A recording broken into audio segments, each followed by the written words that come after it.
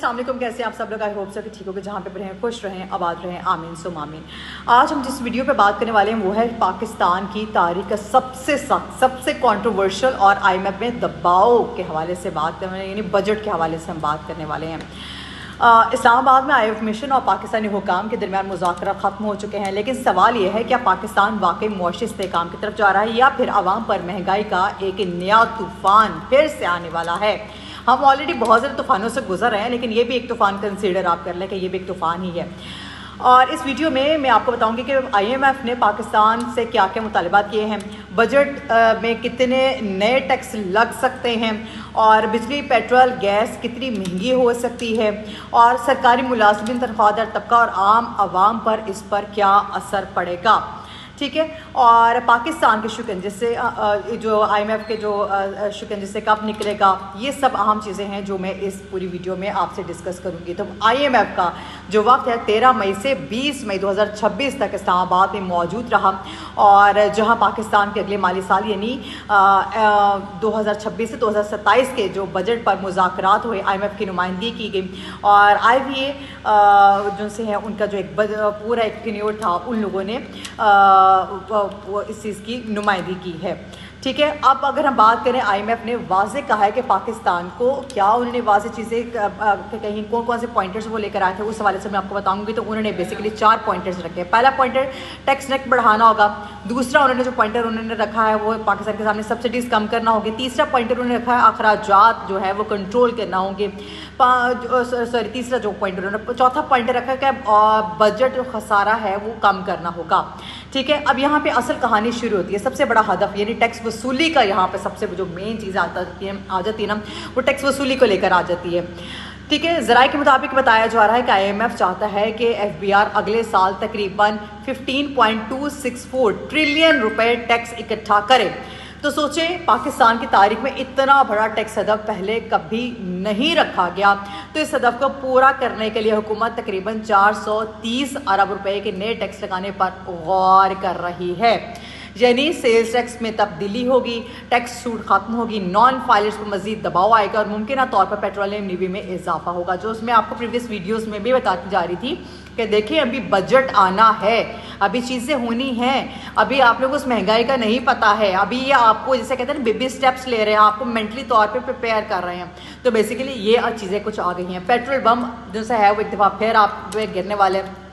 Reports کے مطابق یہ بتایا جا رہا ہے آئی ایم ایف چاہتا ہے کہ پاکستان پیٹرولیم لیوی میں کو 18% تک لے جائے، اور جب بھی پاکستان میں پیٹرول مہنگا ہوتا ہے تو صرف گاڑی کا جو ہے نا وہ اس لحاظ سے مہنگا نہیں ہوتا، ہر چیز مہنگی ہو جاتی ہے، نیسیسٹی آف لائف جو ہے وہ مہنگی ہو جاتی ہے۔ میں نے آپ کو بارہا یہ بات ہے کہ جب آپ کا پیٹرول مہنگا ہوتا ہے نا، آپ کی نیسیسٹی آف لائف کی ہر چیز مہنگی ہو جاتی ہے، سبزیاں، آٹا، دودھ، transport, on line delivery, factory لاگت، اور سب کچھ اوپر چلا جاتا ہے۔ بجلی کی جو قیمتیں ہیں اس میں دھماکہ خیز اضافہ ہونے والا ہے۔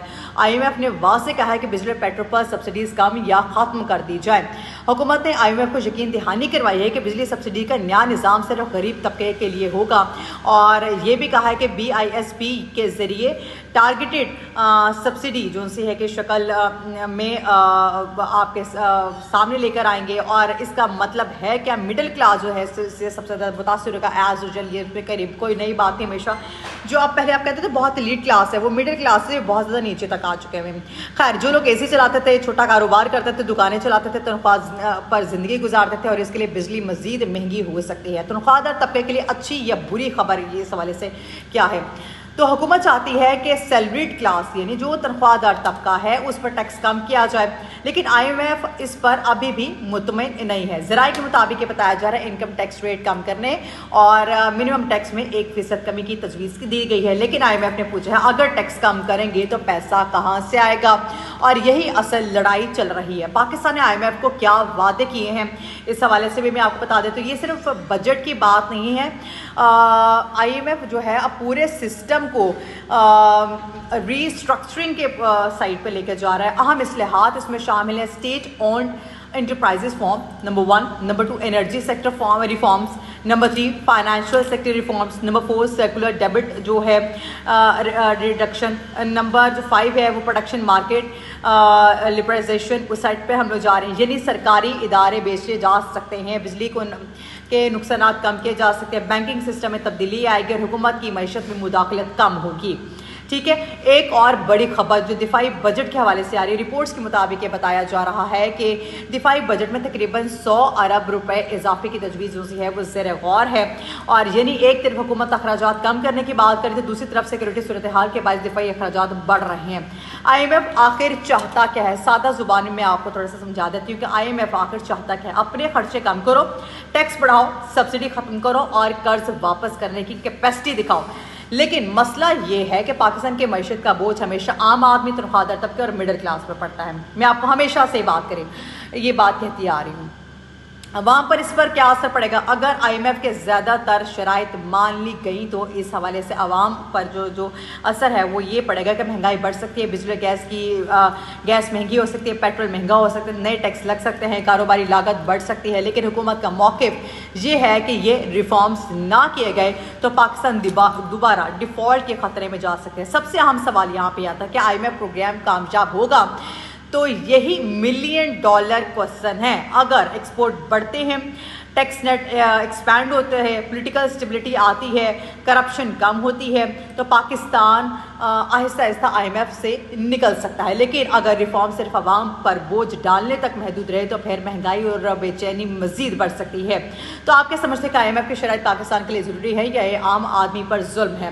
مجھے ضرور بتائیے گا کامنٹ سیکشن میں. پورا جو بجٹ بریک ڈاؤن ہے، پیٹرول پرائسز پریڈکشن ہے، ڈالر ریٹ انالیسز ہے اور پاکستان IMF سے کب نکلے گا، یہ بھی ڈیٹیل جو اگر آپ چاہیں گے تو میں اس کو نیکسٹ ویڈیو میں بھی آپ کو ان سب چیزوں پہ میں بتا دوں گی.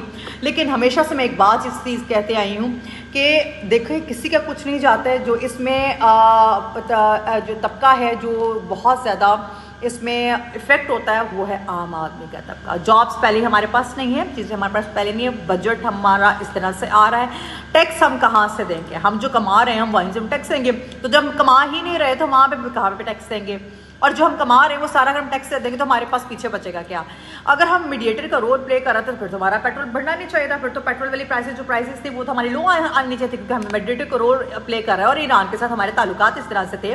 ایران تو آپ کو پتہ ہے نا کہ وہاں سے تو سارا جتنے بھی دنیا بھر کا جو تیل کے جتنے بھی ذخائر ہیں، جتنی بھی چیزیں تیل وہاں اس روٹ سے ہوتا ہوا پوری دنیا کو ملتا ہے، جس کو اسٹیٹ آف ہارمز بھی کہا جاتا ہے. تو پھر ہمیں تو ضرورت ہی نہیں تھی، پھر ہمارا اس میں کیا فائدہ؟ اور یہ بھی کہا جا رہا تھا کہ راتوں رات جو آئل ٹینکرز ہیں وہ پاکستان میں آئے ہیں. تو پھر ابھی جو دوبارہ سے یہ بیسیکلی آپ لوگوں کو مینٹلی طور پہ پریپیئر کر رہا ہے کہ بجٹ آنا ہے، بجٹ پہ آ کے یہ ساری چیزیں ہونی ہے. 28ویں ترمیم کی طرف آپ کو کبھی لے جاتے ہیں، کبھی PTI پیپلز پارٹی کی اس سائڈ پہ لے جاتے ہیں. یہ سارا آپ کی مائنڈ ڈائیورژن کے لیے یہ میں آپ کو باتیں بتا رہی ہوں اور میں کھلے عام آپ کو باتیں بتا رہی ہوں یہ ساری چیزیں. انشاءاللہ نیکسٹ ویڈیو میں حاضر ہوں گی. ٹل دین ٹیک کیئر. اللہ حافظ. اللہ کرے آپ لوگوں کو اتنی توفیق دے کہ آپ ان سب چیزوں سے گزر سکیں اور ان سب کچھ چیزوں کو بیئر کر سکیں. اور ہماری جو نوجوان نسل ہے جو ابھی پڑھ رہی ہے اور انہوں نے ابھی آگے جا کے گرو کرا تھا، میں نے اب کبھی نہیں سنا کہ وہ بہت اچھا ارن کر رہے ہیں، بہت اپنی فیملیز کو لے کے چل رہے ہیں. اب اگر گھر میں 5 لوگ ہیں تو 5 کے 5 لوگ جو ہیں وہ کما رہے ہیں، تبھی وہ ان کا گھر کا سسٹم چل رہا ہے. ادروائز بہت برے حالات ہیں.